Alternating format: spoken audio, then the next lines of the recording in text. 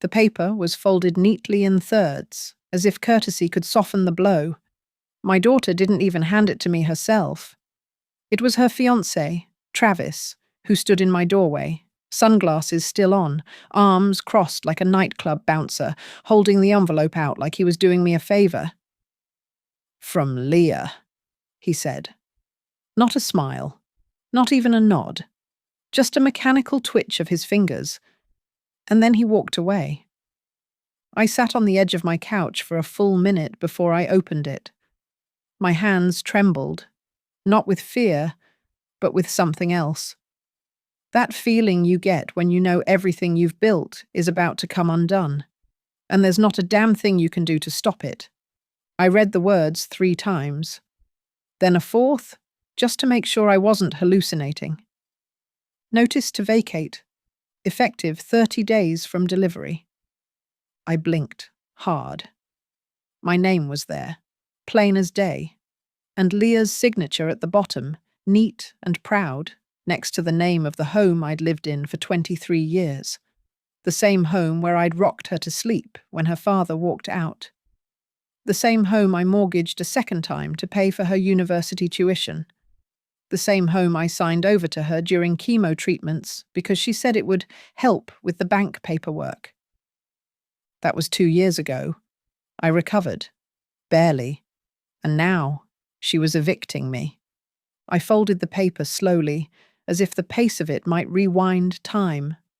My eyes wandered around the room, my living room, with its mismatched furniture, crochet pillows, and the dent in the wall where Leah had flung a remote during her first teenage tantrum. Everything in here had a story. Everything was mine. Or so I thought. I should have seen the signs sooner. The rushed paperwork. The new tone in her voice whenever Travis was around. The way she started referring to the house as the property. Not our home. The property. I looked out the window just in time to see Travis lighting a cigarette by the mailbox. He didn't look up. He never did. That night, I didn't cry. I couldn't. I just sat there, surrounded by silence that felt colder than the winter wind pushing against the windows. I wrapped myself in the same old quilt I used when Leah was born, the same one I once used to swaddle her after nightmares.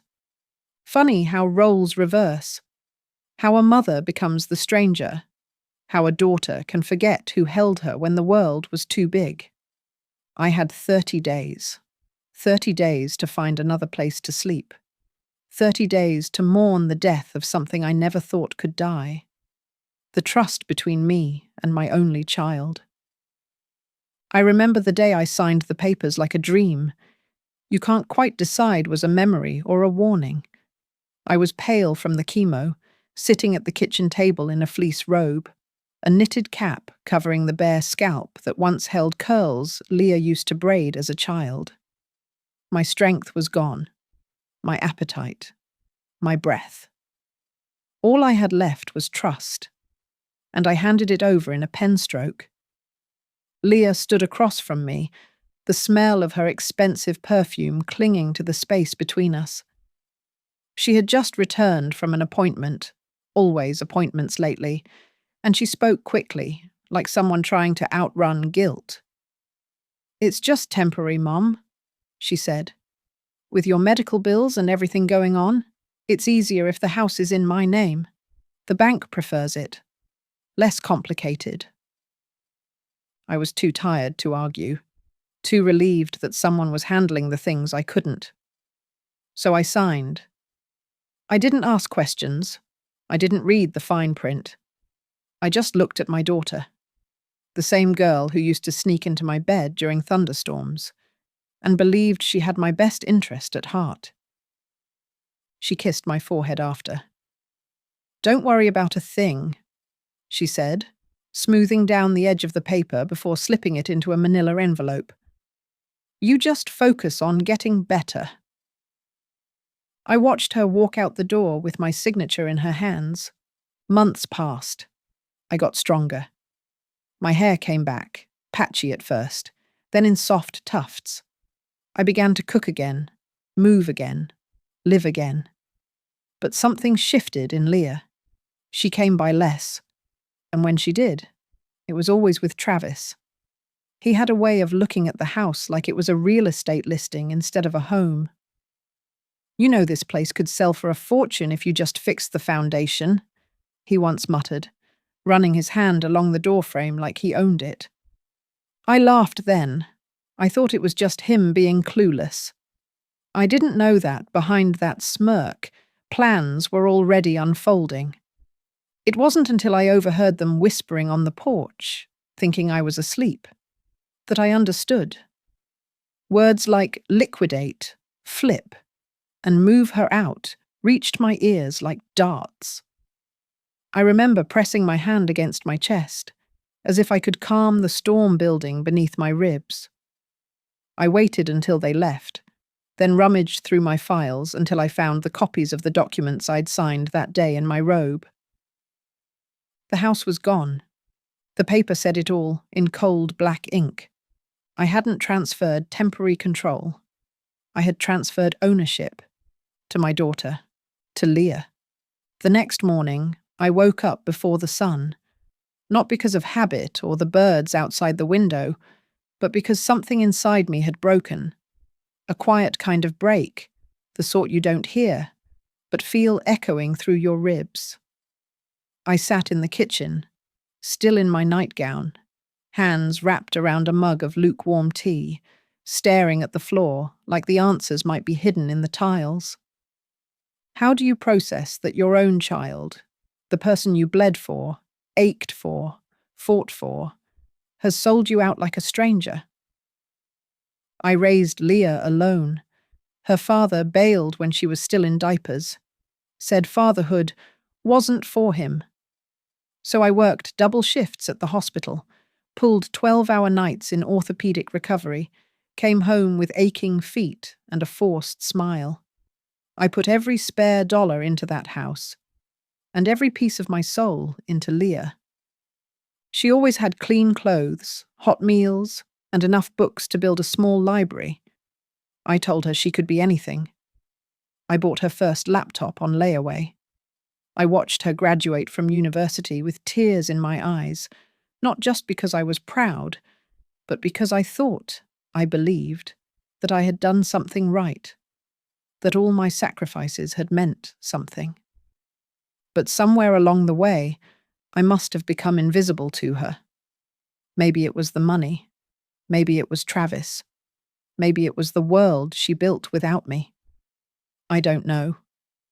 All I know is that my daughter, my only daughter, looked at me and saw inconvenience, luggage, something to be moved. She came by later that afternoon, bold as brass, waltzing into the house like she hadn't ripped it from under me. "You look tired," she said, barely glancing at me. "You should start packing soon. Travis wants to start renovating before spring." I didn't answer. "Don't give me that look," she added, arms folded. "It's not personal. It's business. You said once that you'd do anything to help me succeed. Well, this is it." That word, business, hit harder than the chemo ever did. I looked at her and saw a stranger. Not the girl who used to dance barefoot in the living room. Not the teenager I stayed up with during her panic attacks. Not the woman I thought I raised to be decent. Just someone cold, calculating. And I realized something then. She wasn't just taking my house. She was taking the story of us, rewriting it in her own name. And I wasn't going to let her end it that way. The bags were on the porch when I got home from the pharmacy. 3 black trash bags, tied tight, sagging under the weight of my life.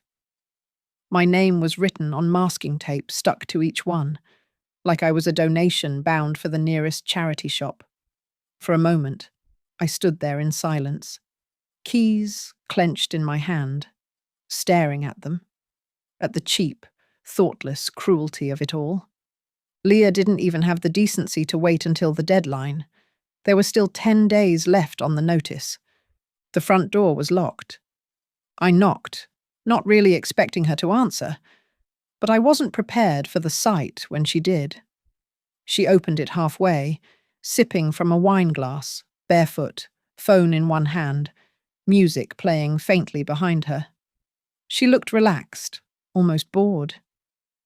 "Oh, hey," she said, like I was a delivery driver instead of her mother. "You weren't supposed to be back yet." My mouth was dry. "What is this?" She tilted her head, like I'd asked her something in a foreign language. "I didn't want things to be messy. I figured it'd be easier if you just moved your stuff now. Travis and I are redoing the floors tomorrow." I looked down at the trash bags. No boxes, no labels. My whole life shoved into plastic. "You packed up my bedroom?" "Yeah," she said, sipping her wine. "You'll thank me later. It's a fresh start, right?" It was that smile, the one she gave when she thought she was doing something generous, that finally did it. Something in me snapped, clean and quiet, like the pop of a joint that's been out of place too long. I didn't scream. I didn't cry. I just turned around. I took the bags and loaded them into the back of my old sedan. She didn't offer to help, didn't say goodbye. Just closed the door behind her, like she was sealing up a room that had finally been cleared of clutter. I drove to Linda's house, my oldest friend from nursing school, and told her I needed a couch for a while. She didn't ask questions, just hugged me tight and brought me tea. That night, I lay awake, staring at the ceiling in her guest room, the hum of her old radiator clanking in the corner. My body felt hollow, not just evicted from my home, but from the story I thought I was living, the story where I raised a daughter who loved me. And that's when the thought came, quiet and sharp. She thought she'd buried me, but I wasn't done yet. The thing no one tells you about being evicted by your own daughter is how small you start to feel. Smaller than the space between words on a legal notice. Smaller than a name scrawled on a trash bag. Smaller than the silence that follows when your phone doesn't ring. Not from her, not from anyone. Linda's couch was old, but soft, and she never once made me feel like a burden. Still, every time I unfolded the blanket at night, I felt like a guest in my own life. I kept my bags tucked neatly by the wall, zipped and sealed, as if unpacking would make this exile permanent. My toothbrush lived in a plastic pouch. My shoes stayed near the door. I didn't want to leave a mark. During the day, I made myself useful. I cooked dinner, swept the porch, even scrubbed out her oven. I told her it was to thank her for taking me in, but truthfully, I just needed to feel useful. Needed to feel needed. Because after what Leah did, I wasn't sure who I was anymore. I hadn't told many people. Only Linda knew the full story. I couldn't bring myself to say it aloud. Not yet. Not the whole truth. It sounded too absurd, too shameful.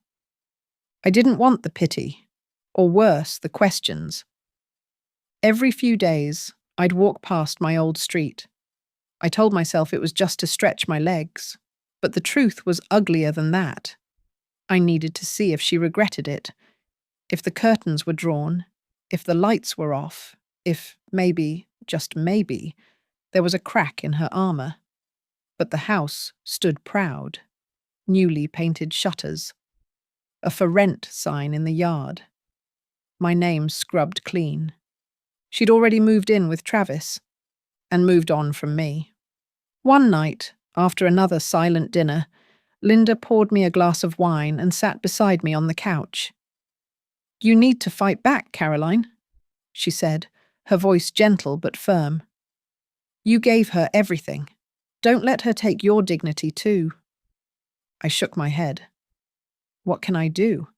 She owns the deed. It's legal. I was stupid.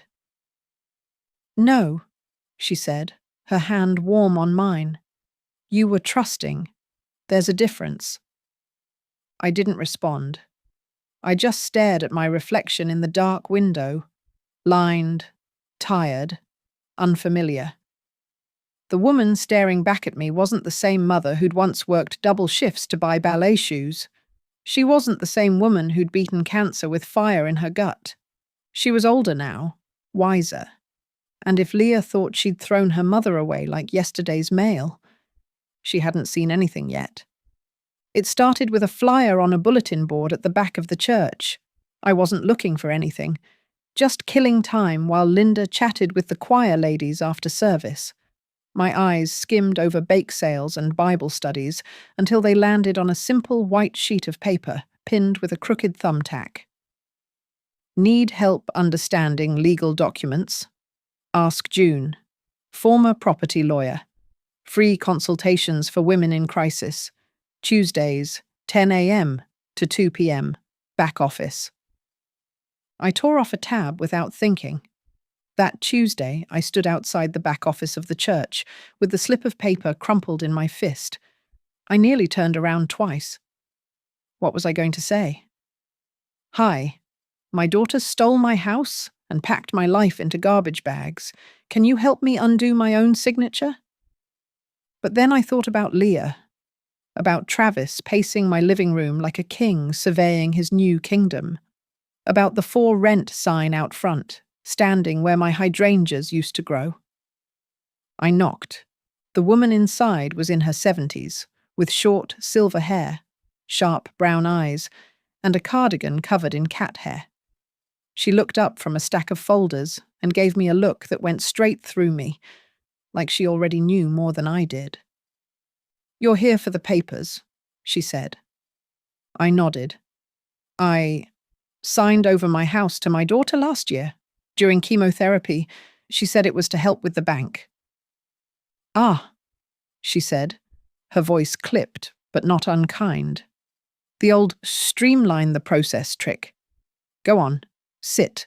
Let's have a look. I handed her the photocopies I'd dug out of my glove box. She scanned them without a word, her brow furrowing deeper the longer she read. She didn't speak for a good 5 minutes. Then she exhaled and set the papers down like they offended her. Legal? She asked rhetorically. Yes. Ethical? Not even close. I blinked. So I'm really out? She tapped a spot near the bottom of the deed transfer. See that? It gives her full title and authority. No clause to reverse it. No co-ownership. You didn't protect yourself, Caroline. And she knew that. It felt like being punched in the chest all over again. But, June added, and leaned forward with a small, knowing smile. There's more than one way to reclaim a home. I stared at her. What do you mean? I mean, she said, flipping open a legal pad, your daughter may own the house, but she's about to learn what it feels like to build a home on top of the wrong woman's back. And in that moment, sitting in a dusty church office beside a retired lawyer with fire in her eyes, I felt something I hadn't felt in weeks. Hope. The next few days passed in a blur of papers, coffee, and the kind of rage that didn't scream. It sharpened. June moved with the precision of someone who'd spent decades dismantling problems like mine, flipping through documents and making notes in margins with a red pen that bled like truth. I mostly sat quiet across from her, a notebook in my lap, trying to absorb every word while pretending my hands weren't shaking. She transferred the deed clean, June said, tapping her pen against the copy again. But here's where it gets interesting. Leah didn't pay off the mortgage. She just took the house into her name. But the loan's still active, still tied to the original lender. That means someone still owns the note. And that someone's not her? I asked, eyes narrowing. Nope, June said. Not until she finishes paying it off. Until then, She's basically renting the money that bought the house. Now here's where you come in.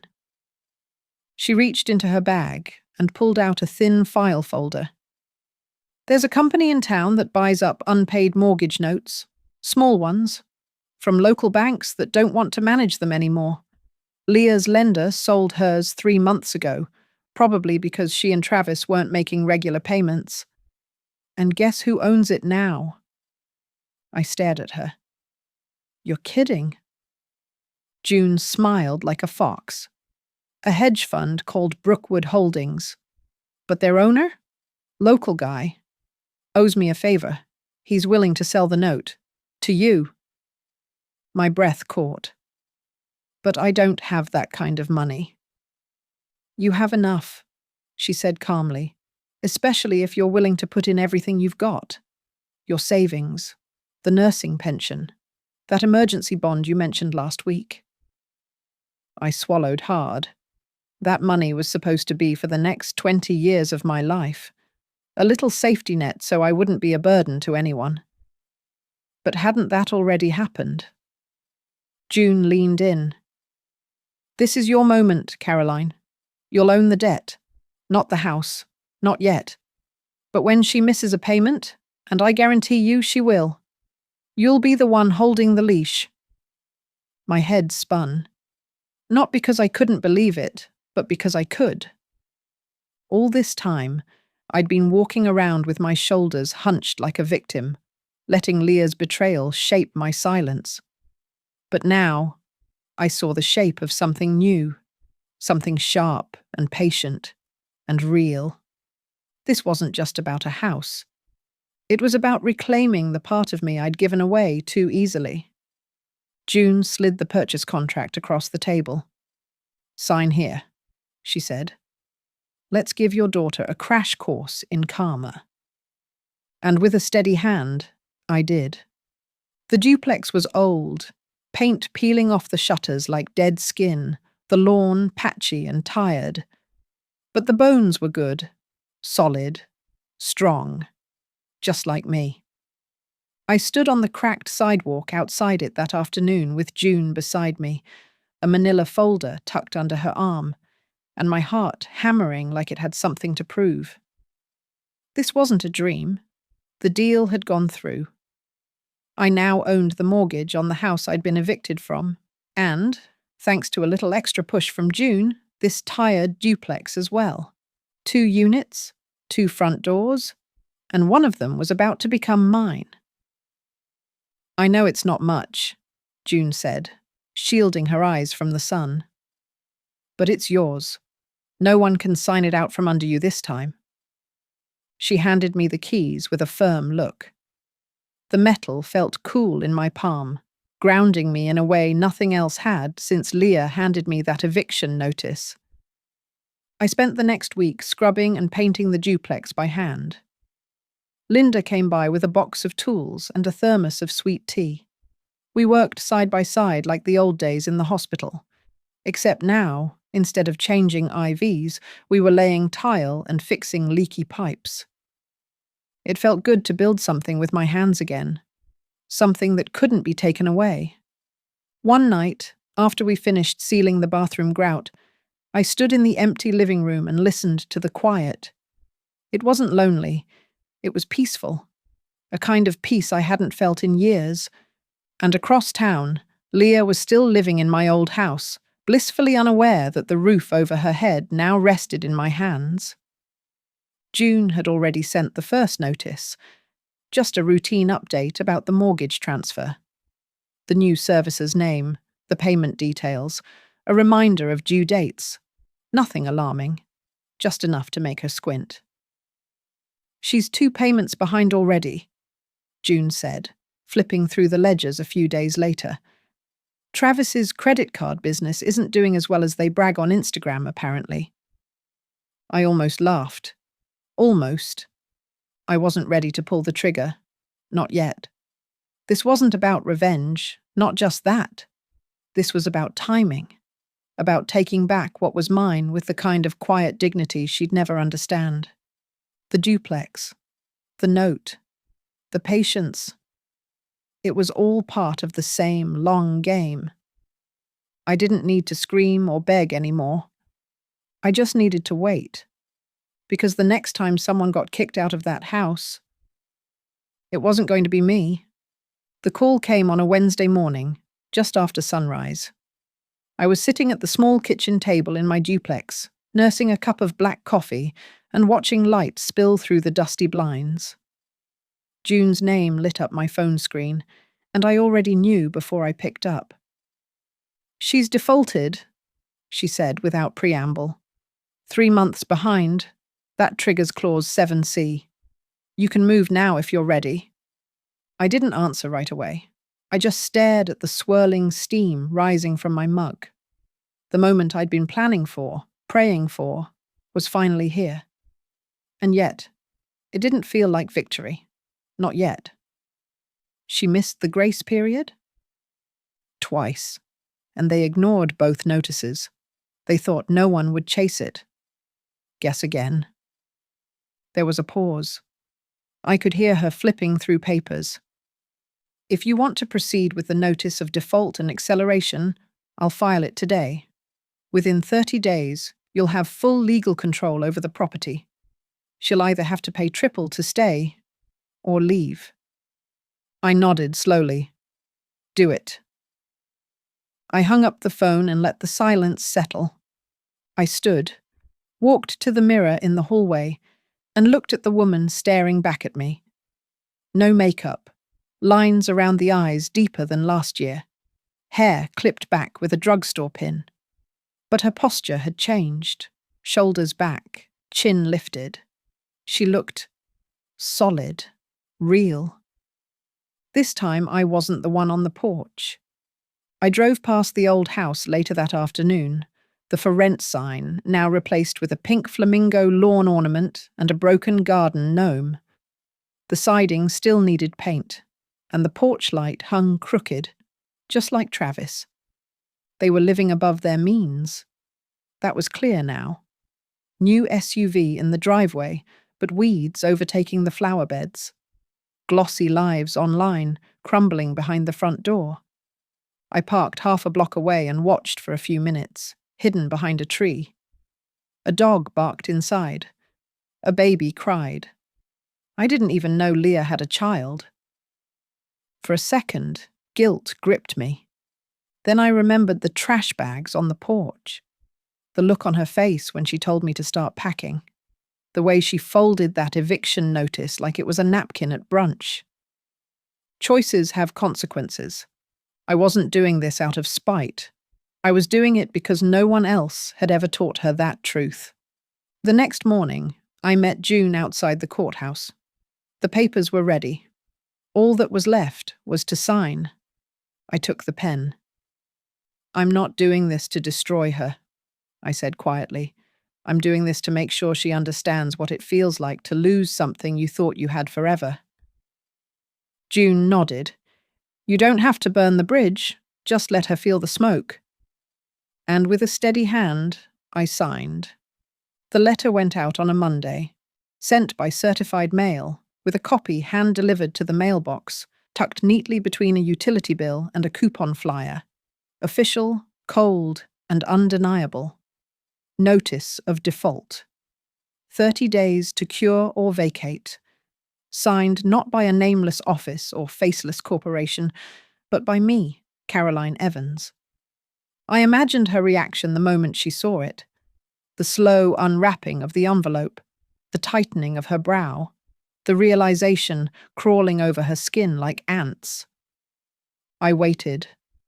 It only took 2 days. The leasing office I'd registered with for property management was in a strip mall 5 miles away, neutral territory. I'd made sure to use a third party so she wouldn't know who held the mortgage.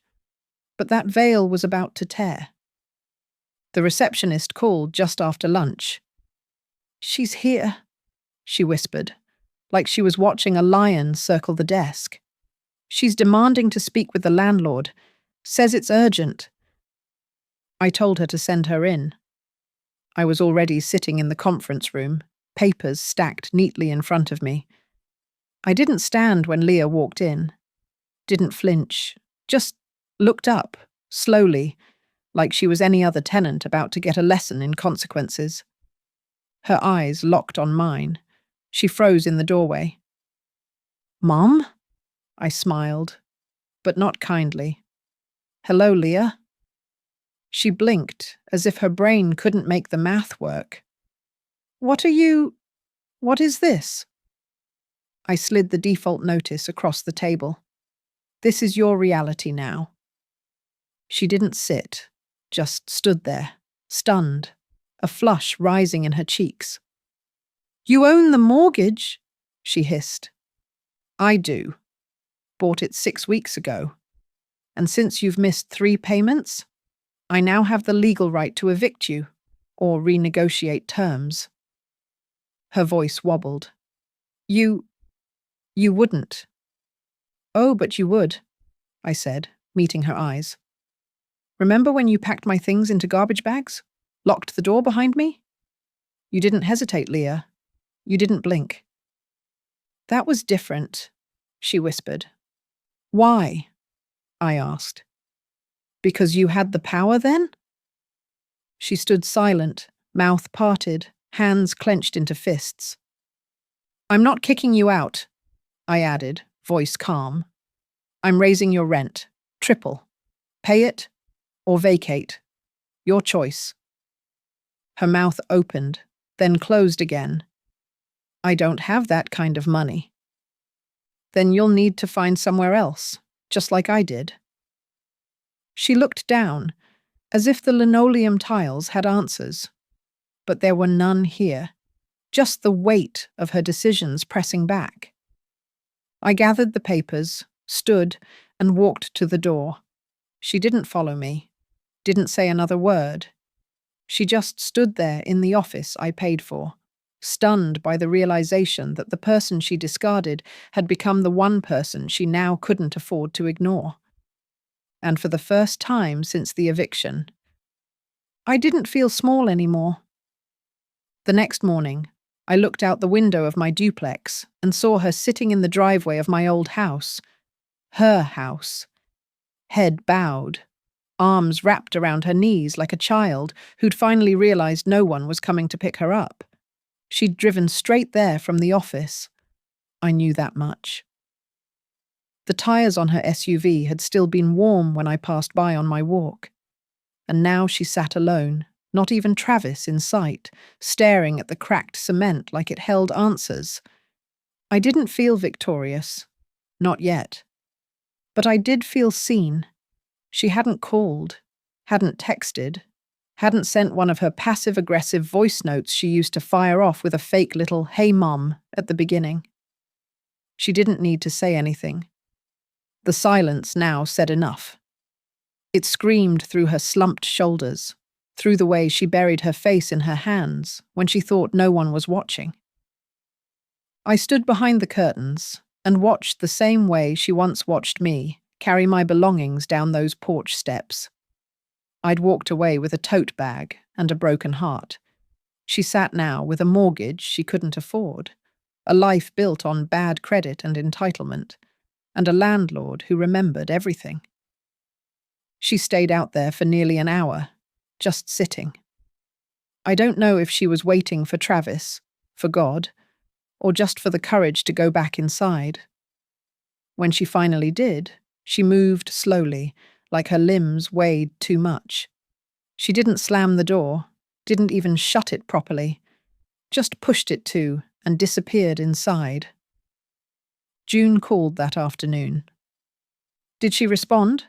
she asked, always to the point. "Number, but she knows." "You think she'll pay?"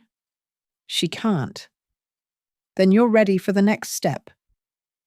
I didn't answer.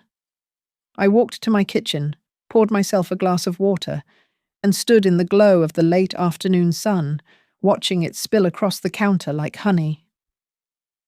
"I'm not sure I want to evict her," I said finally. There was a long pause on the other end. "That girl threw you out like a used napkin." "I know." "She humiliated you." "I know."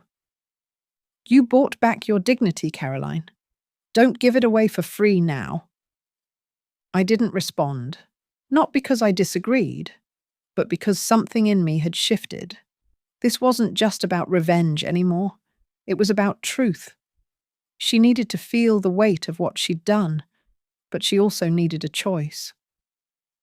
Give her the full 30 days, I said softly, no shortcuts. Let her decide. Fine, June muttered, clearly annoyed but respecting it. I hung up and sat at my table again, just like I had when that eviction notice first came. Only now the roles were reversed. She had the house, but I had the power, and what she did with that would be entirely up to her. 2 weeks passed. No payments, no calls, no apology, just silence. I heard through Linda that Leah had started working extra hours at the salon, long shifts, weekends, even taking walk-ins just to make ends meet. Travis, according to town whispers, had moved back in with his mother after a break. Leah was on her own now, drowning in a mortgage she couldn't afford and a lifestyle that had finally snapped at the seams. I didn't gloat. I watched. Every few days I passed by the house, careful to stay out of sight. The porch lights stopped working. The grass grew higher. One of the blinds in the front window hung crooked. A place that once held warmth now looked forgotten. The same way she'd treated me. June called again on a Wednesday. She hasn't responded. You want me to file the eviction? I thought about it. I really did. But something inside me twisted. This wasn't a movie. There was no final musical cue, just two women tangled in grief, pride, and blood. And even if she never said it, I could feel her shame in every unpaid notice, every curtain she left drawn. Not yet, I told June. I want to speak to her first.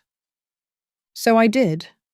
That Friday, I walked up the same porch steps I had once painted cornflower blue, back when I still believed in soft edges and second chances. I knocked on the door, and when it opened, she stood there looking 10 years older. Her hair was pulled into a messy bun. There were shadows under her eyes. She was barefoot, and for once, silent. Can we talk? I asked. She nodded and stepped aside.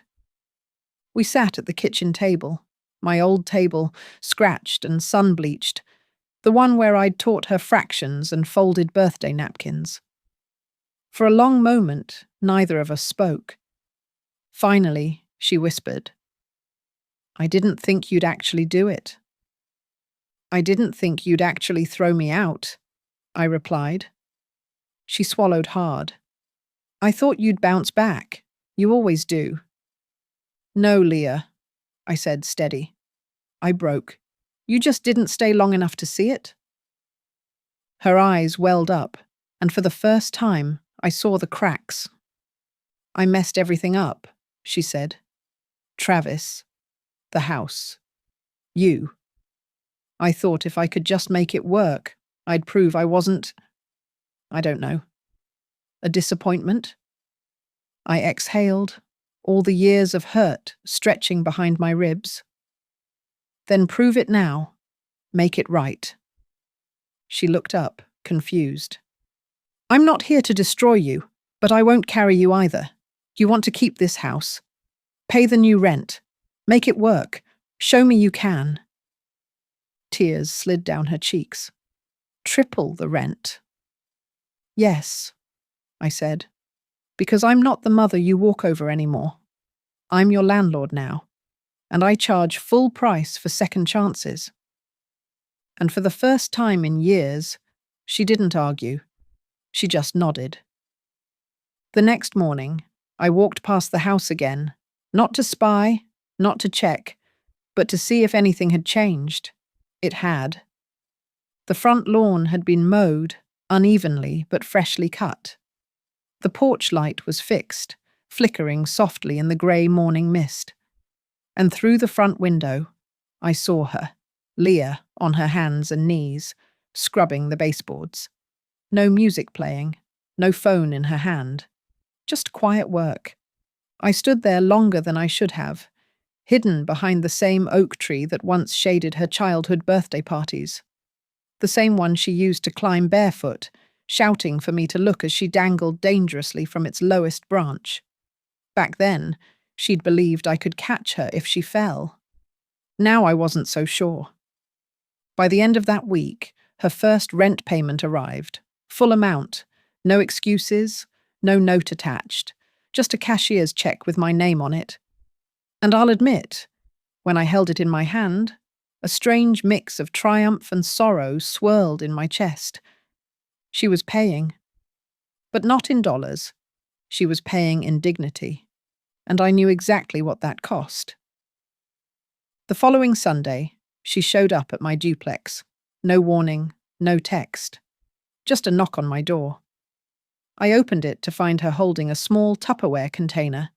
Her eyes were swollen, her hair pulled back neatly this time. "I made beef stew," she said. "The way you used to." I stared at it for a moment, then stepped aside. She walked in slowly, like a woman returning to a home she no longer belonged to. Her gaze flicking over the small kitchen, the worn armchair, the neatly stacked books by the window. She set the Tupperware down on the counter and stood there, awkward and exposed. "I'm not asking you to forgive me," she said quietly. I needed you to know I'm trying." I nodded, not because it was okay, not because it erased what happened, but because I recognized the weight of her words. Trying mattered, maybe not to the world, but it mattered to me. We sat on the couch. I didn't cry. Neither did she. We just sat there, letting the silence stretch out, not tense, not bitter, just tired, like two people who'd finally stopped pretending they weren't hurt. Eventually, she stood to leave. At the door, she turned back. "I never thought you'd come back," she said. "I never left," I told her. "You just stopped seeing me." She nodded, then stepped outside. I watched her walk down the driveway, a little slower than usual, the weight of her choices hanging on her shoulders like a winter coat. She wasn't my daughter again. Not yet. But she was no longer a stranger. And that, I realized, was something. A week later, I found her note on my doorstep. No envelope. Just a folded piece of lined paper, tucked under the welcome mat like she was afraid to hand it to me herself. Her handwriting hadn't changed since high school. Round, slanted letters, a little too much pressure on the pen. "Thank you for not letting me drown," it read. "And thank you for not rescuing me too soon. Love, Leah." I read it twice, then again. Then I sat down in my armchair and stared out the window for what felt like hours. There were still days I didn't know how to feel. Anger still flickered in me sometimes, like a pilot light I refused to snuff out. It reminded me of what she did. It kept me sharp. But it no longer controlled me. The fury had softened into something else, something heavier but quieter, like grief that had finally found a place to sit. She came by every Sunday now, never stayed long. Sometimes she brought a bag of groceries or leftovers from a meal she cooked herself. One time she brought her daughter, yes, her daughter, and introduced me like she was ashamed to say the word grandma, but still wanted me to hear it. "Her name's Chloe," she said, smoothing the child's curls with one hand. She just turned 3. I knelt and smiled. "Hello, Chloe." She stared at me for a second, then reached for my hand like she'd known me forever. It undid me in a way nothing else had. I had missed so much. Birthdays, giggles, first steps, little things that mattered more than Leah could ever understand. But I didn't ask why I wasn't told. I already knew the answer. Shame can silence even the loudest people. Still, Chloe started calling me Gram by the third visit. No one told her to. It just happened. Like some part of her recognized me without needing a reason. And Leah was still paying triple rent. Every month. On time. No complaints. She didn't ask for a discount, didn't ask to renegotiate. I think she knew it was never about the money. One day, she asked if I was going to sell the house. I looked at her for a long time before answering. No, I said. Not yet. And that was the truth. I wasn't ready. That house still echoed with too much pain, too many memories warped by betrayal, but it also carried the beginnings of something else. Not forgiveness, not yet, but maybe a path to it. And I was willing to see where it led. It was a quiet Saturday morning when I walked through the old house alone for the first time in months. Leah had taken Chloe to visit her in-laws, and the place sat still and silent, the kind of silence that hums in your bones. I used my key, not out of entitlement, but because I still owned the note. Legally, I had every right to walk through that door. Morally, I wasn't sure, but today felt different, not about control, about closure. The moment I stepped inside, the memories rushed in. There, by the entryway, was the scuffed floorboard Travis always promised to fix. In the hallway, the faint outline of Leah's old growth chart still lingered on the doorframe, tiny pencil marks where I'd measured her year after year. I touched it lightly, as if I could press time backwards. The kitchen smelled like lemon oil and baby cereal. A dish towel hung over the oven handle, embroidered with the words, "Home is where the heart remembers." I almost laughed. The irony wasn't lost on me. I moved room to room slowly, like walking through the pages of a book I once loved but had to put down. The furniture had changed, the curtains were different, but the bones were still mine. Every corner still whispered a version of me. Before Leah's betrayal, before cancer, before eviction. Upstairs, Chloe's room was painted pale yellow, scattered with picture books and stuffed animals. A tiny pair of sneakers rested neatly by the bed. It was the only room that felt truly warm. I stood in the doorway and felt something crack, not from pain, but from softness. That child had no idea of the history in these walls. She had no stake in our bitterness. To her, this house was just home. Full stop. And maybe that was the point. Maybe the legacy I left behind in this house wouldn't be defined by the day my daughter threw me out, but by what I did afterward. How I stood back up. How I reclaimed my worth. How I refused to let bitterness be the final chapter. As I turned to leave, I paused in the living room. The light was falling just right, filtering through the same window where Leah used to press her face as a little girl, waiting for me to come home from night shifts. I remembered that version of her, the one who needed me, the one who loved me without question. And I whispered something into the empty room. I miss her too. I locked the door behind me, not with anger, not with triumph, but with the kind of peace that comes from knowing the past doesn't own you anymore. Sometimes closure doesn't come with a grand gesture. Sometimes it's just walking away from a place that no longer hurts. The day the house officially became hers again, the air was cool and still. No drama, no lawyers, no more notices, just a single signature on a crisp sheet of paper, my release of the mortgage note. I handed it to Leah in my duplex kitchen, sliding it across the table without ceremony. She stared at it like it was too heavy to lift. "You're giving it back?" she asked, her voice barely above a whisper. I'm giving you back your life, I said. The house is just part of it. She didn't cry. Neither did I. We'd both run out of tears somewhere back around chapter 10. Why now? She asked. I shrugged. Because I'm done carrying this weight. And because you've done the work. You didn't run. You paid every month. You showed up. Leah looked down, fingers tracing the edge of the paper. You could have destroyed me.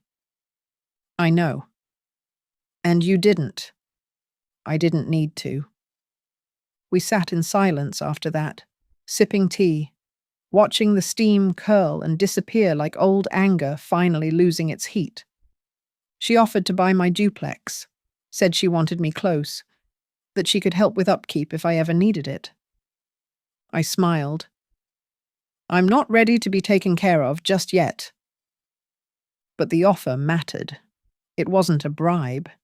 It was a daughter trying to give back something real for the first time in years. A week later, she invited me over for dinner. Chloe set the table with plastic forks and mismatched napkins, proud as anything. I made the salad, she announced, even though it was just lettuce in a bowl. When Leah brought out the stew, beef and carrots, just like mine, she paused before placing it on the table. Her hands shook a little, and then she looked up at me. I'm sorry, Mum, for everything. I didn't know how much I needed you until I'd pushed you too far. I didn't rush to forgive her, but I reached across the table and squeezed her hand. You found your way back, I said. That's what matters. We ate. We laughed a little. And when Chloe climbed into my lap after dessert, sticky fingers clutching a crayon drawing of Graham and me, I realized I wasn't angry anymore. Not at Leah. Not at myself. Not even at the girl I used to be, the one who signed her name in ink and gave away her home without reading the fine print. She was trying to survive. And so was I.